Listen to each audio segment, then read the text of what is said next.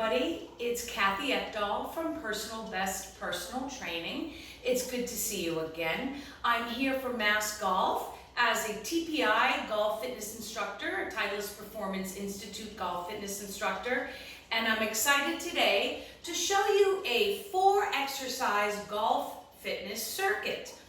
And I'm going to show you 4 exercises today that are combination exercises. They're doing a lot of things all at once. So I would say these exercises are on the more advanced side.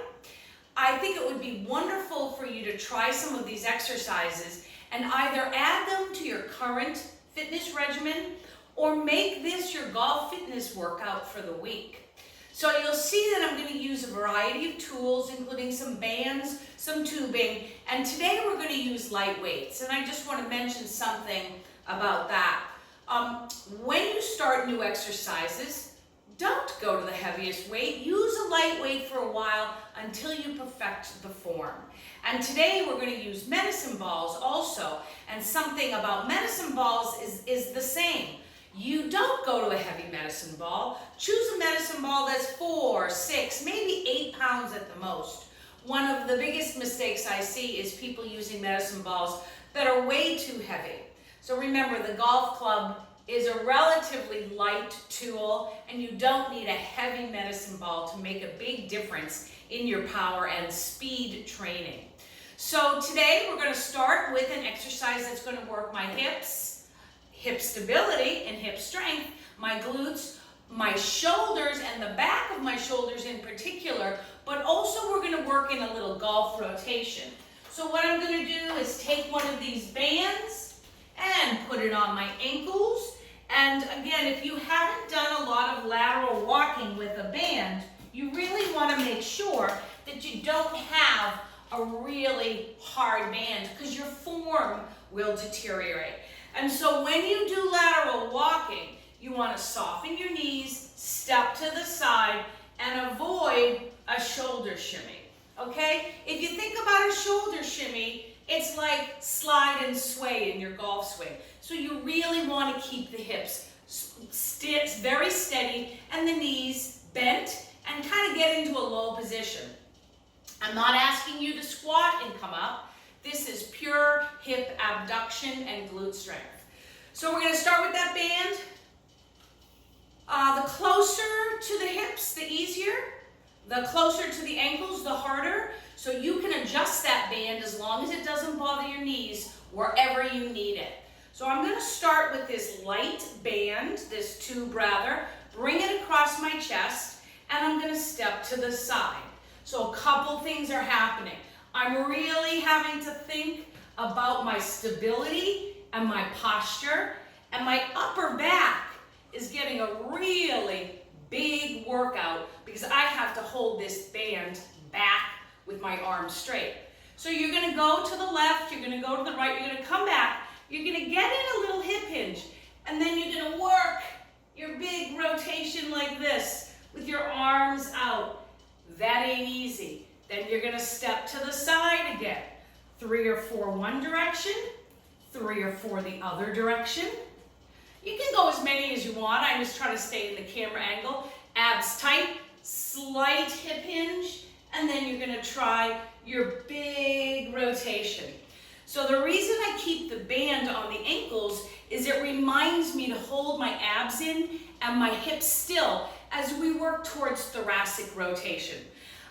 One thing about this drill, and any drill I show you, any exercise, strength exercise, we're not trying to mimic the golf swing exactly. Don't ever really try that. You know, you've got the golf swing and the way your brain does that. You've got strength exercises and the way your brain does that. There is a crossover, but don't try to take strength and bring it to a golf swing specifically. That's something only your golf pro should help you with. So that's our first exercise. We work the glutes, we work core stability, upper back, and then we worked on our thoracic turn. Okay, next exercise. And by the way, you can go in any order. The only thing I would say is you should be definitely warmed up before you do this. And a warm-up doesn't mean a walk or, you know, the elliptical warm-up maybe means doing some of the preparatory exercises for these kind of strength training drills. So, you do some rotations, you do some balance work, you do some stretching of the quads and the hamstrings, okay? So be prepared for this kind of work, just like you'd be prepared for your golf swing. So the second exercise I'm going to do is a bent over row to a deadlift, and I'm using very light weights. You could probably use 15s up to maybe 30 or 40 in each hand if you're really strong, but today we're gonna go light. So I'm gonna show you a side view. I'm nice and tall, I have my abs engaged, my knees are a little bent. I'm gonna bend over with a really flat back. I'm gonna row the weights up. I'm gonna come up and squeeze my butt hard. Again, I'm gonna go down. My elbows are about at 45 degrees, and I'm not letting my back round at all. I'm keeping the weights close to my body. That's gonna prevent any aggravation on the low back. So you hinge, row, stand up and squeeze. Let's do a few more of those. Practice along with me if you want to. Row, elbows are not out to the side. They're right 45 degrees. So we don't want the elbows here. We don't want them here. We want them somewhere in between. So because there's no support as you're here, you might have to go with a lighter dumbbell than you normally would bend over row. But anyway, I love bent over rows. They teach you to hold your spine still as you're hinged forward, and that's a golf thing, right? Okay, so that exercise works your buttocks, your entire back, your upper back in particular, but also your core. And think about this motion. It's the same as this motion. Butt squeezes and tucks under, and that's how we're gonna get through the ball. Remember, the king of the golf swing is the glutes, the queen is the abs, and so you always want to be working your glutes and your abs. Okay, so speaking of abs, we're going to do a chopping exercise. I love chopping exercises. There are millions of variations, okay? In this one, I'm going to come into a half kneeling position. The narrower your stance, the harder. Don't worry about that for now. Have your feet hip width like a train track. This is a 2 kilogram med ball. For me, this is perfect for this exercise for what I want to do. When you're in this half kneeling position, you're working on balance, but you're also working on keeping your hips still as the med ball chops. And I, got a little speed here. I'm not just aimlessly chopping. I'm using some momentum, and I'm trying to keep my abs, my back, and my hips very still. So I'm not whipping around, okay? So really this is a drill that's for stability, although we're using our arms and a weight to challenge our stability, right?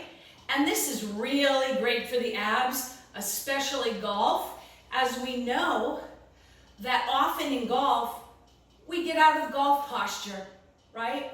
So this helps us stay in golf posture. So, 8 reps per side. It's a great variation of an abdominal exercise you might not be doing right now. So speaking of abs, we're gonna do a 4th exercise right now, and that is going to be a dead bug or a variation of a dead bug with a lying pullover. So I'm gonna take it down onto the ground, and I'm gonna get a set of light weights. Now today, I'm using 5s, and I'm gonna hold them together like one weight. There are so many different variations of this, and you can choose a weight that works for you. But again, caveat, start light. Okay, start with a light weight. All right, you're gonna lay on the ground. You're going to bring the weights over your chest, and you're gonna lock the 2 weights together because they're moving at the same time. Then you're going to have your knees and your hips at this nice 90-degree position. Now, a dead bug usually has a straight leg. That's harder then a bent knee heel tap. So you choose your weapon, but you're going to tap a heel down. You're going to tap the heel down, and then keeping your low back pressed into the floor, you're going to do a lying pullover. So the lying pullover works your lats, it works your shoulders, but it also is a core challenge. And think about in golf, how when you bring your arms over your head, sometimes people lift out of golf posture. And that's because either their core isn't strong or their lats are short and are pulling them, just like in this drill. So this teaches you to really engage your core as you're moving your arms and legs, and this will give your lats a real nice stretch. People whose lats are too short mean that they have challenges lifting their arms overhead. So as I lift my arm overhead, it might pull me into an arch, and we know that's a loss of golf posture. So those are 4 exercises that are combination exercises. I want to show you a 5th exercise, which is called a single leg bridge. And this is one of my favorite glute exercises because it isolates each individual side. And if you're a righty golfer, as you come down to the ball, your right glute cheek is first to kind of push you through to the left side, and then your left glute cheek has to contract to get you all the way through the ball. So it's great to do both single-sided glute work and then double-sided like in an RDL. So I'm going to put one foot on the ground. I'm going to keep one knee into my chest. I put my hands here because I need a little bit of help as I press straight up. So this left leg is weaker, so sometimes I need help. Sometimes this is a nice variation where the arms are reaching up, and you can do 8 to 10 on one side. Now the important thing to remember is hold your abs tight and don't swing this leg around. That leg is staying up in the air. You're not using it to throw in and throw out. Okay, just keep it up there. So we'll do 4 more on this side. Now, if when you're doing this, you experience any back pain, or maybe you can't even get up in the air, just go back to this variation, okay? This is just a nice warm-up drill, whether your hands are here or here. Those kinds of bridges are fabulous as a golf warm-up.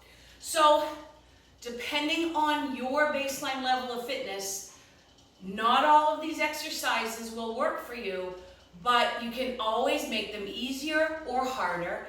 And you can always email me at Kathy@personalbestpersonaltraining.com, and I'd be happy to show you a harder version or an easier version.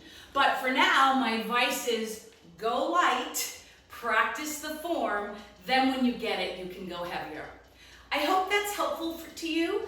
If you could do this 2 or 3 times a week, I think that you would really build a lot of neuromotor stuff for golf fitness and a body awareness and strength for your golf swing. So anyway, that's it for now. Hope you enjoy it. You can circuit those exercises, 1 set of each, 3 times, 4 times, 2 times, whatever works for you. Or you could add them into your existing fitness program every now and then for a change of pace. All right, have a good golf game. I'll talk to you again soon.